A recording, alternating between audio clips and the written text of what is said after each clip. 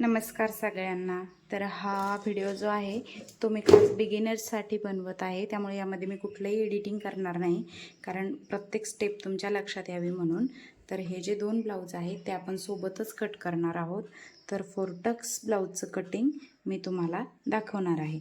तर माप कशी घ्यायची आणि कशा पद्धतीनं ती पिसावरती टाकून घ्यायची हे सगळं मी तुम्हाला सांगणार आहे या व्हिडिओमध्ये। व्हिडिओ शेवटपर्यंत पहा।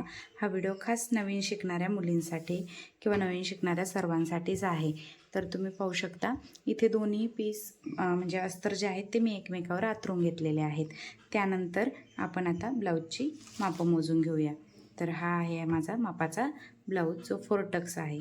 तर सर्वात अगोदर आपल्याला लागणार आहे या ब्लाऊजची उंची। तर उंची किती आहे हे मोजण्यासाठी काय करायचे, बॅक साईडनं असं व्यवस्थित हाताने स्ट्रेच करून घ्यायचं आहे, कारण घातल्यानंतर ब्लाऊज अंगामध्ये स्ट्रेच होतो। तर आता आपण पाठीचं माप मोजून घेऊया। तर पहा, हे जी शोल्डर लाईन आहे इथून आपण खाली जी पाठीची फिटिंगची बाजू आहे इथपर्यंत आपण मोजून घेणार आहे। तर 13.5 उंची आपली इथे भरत आहे।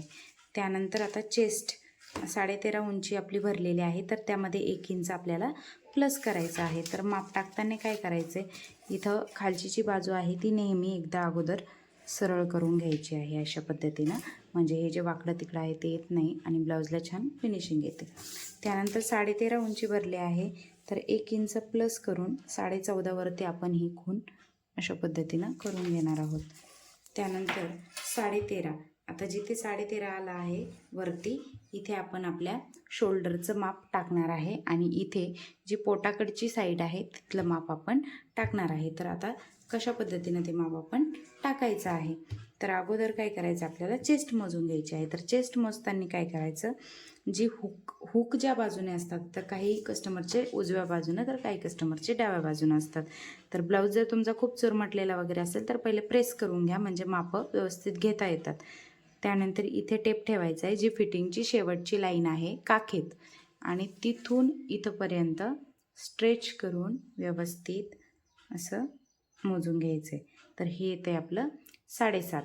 तर ॲक्च्युली त्यांनी थोडंसं लूजिंग द्यायला सांगितलेलं आहे, म्हणजे त्यांची चेस्ट 32 इंच आपण धरूया। म्हणजे हे जे आहे तर आपला जो संपूर्ण छातीचा भाग आहे त्याचा हा चौथा भाग आपण इथे मोजत असतो, कारण डायरेक्टली आपण असं मोजू शकत नाही म्हणून। आणि अंगावरच्या मापानुसार त्यांना 32 इंच, तर 32 इंचच्या निम्म 8 इंच म्हणजे चौथा भाग 8 इंच होतो। तर 8 इंचावर अशा आडव्यामध्ये आपण ही चेस्ट लाईन आखून घेणार आहे। त्यानंतर पुढे 2 इंच शिलाई मार्जिन। आता या कुठल्याही वरचं कुठूनही माप घेतलेलं नाही, आडवं फक्त आपण हे रँडमली 8 इंच चेस्टचं आणि 2 इंच आपलं जे फिटिंगचं माप आहे ते टाकलेलं आहे। त्यानंतर आता ही जी साईड आहे, म्हणजे हे जे माप आहे ते आपलं या साईडचं असतं, म्हणजे खालच्या बाजूचं, जो पोटाजवळ आपला भाग येतो कंबर फिटिंगचा। तर आता हे टोटल आपल्याला इथे मोजून घ्यायचं आहे।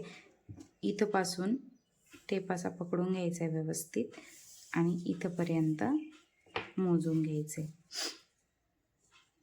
तर हे 29 येते, तर 30 येते, पावणे 30। तर 30च्या निम्मे येतं 15 आणि 15च्या निम्मे 7.5, म्हणजे ह्याचाही चौथा भाग आपल्याला करायचा आहे।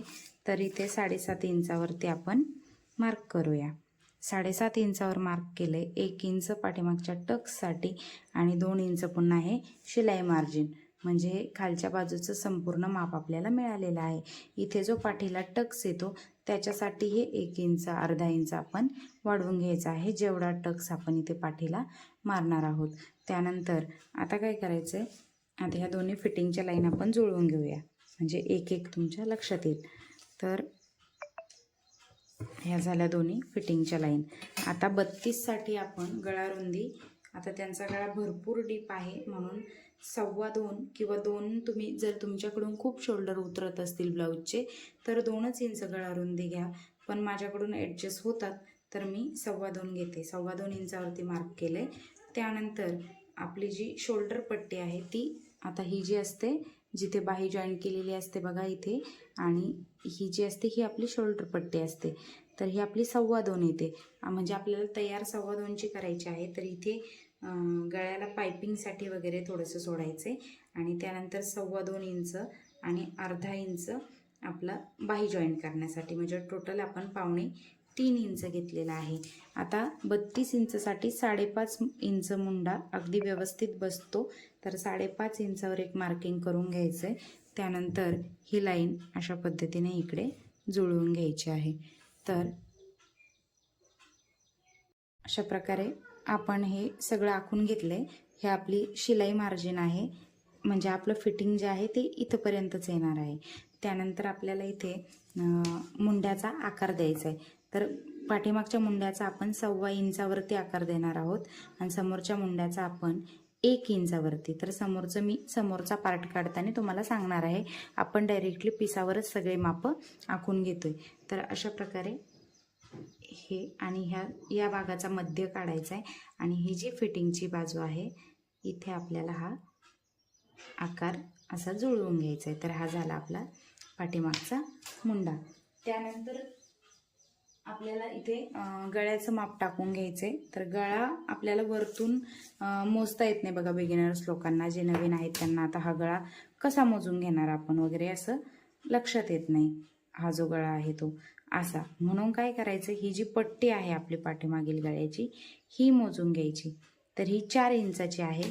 तर आपल्याला खालच्या बाजूनं जोडण्यासाठी थोडंसं माप लागणार आहे, तर ते सोडायचं आहे आणि त्याच्यावरती 4 इंच आणि त्याच्यावरती पुन्हा पायपिंगसाठी थोडंसं, म्हणजे दोन्ही बाजूने एक अर्धा ते 1.25 इंच, म्हणजे टोटल माप जे आहे 4 इंचामध्ये 1.25 इंच ॲड करून हे सोडून द्यायचं आहे. त्यानंतर गळा तुमच्या आवडीप्रमाणे तुम्ही आखून घेऊ शकता. आता गळाचं मार्किंग आपण नंतर करणार आहे.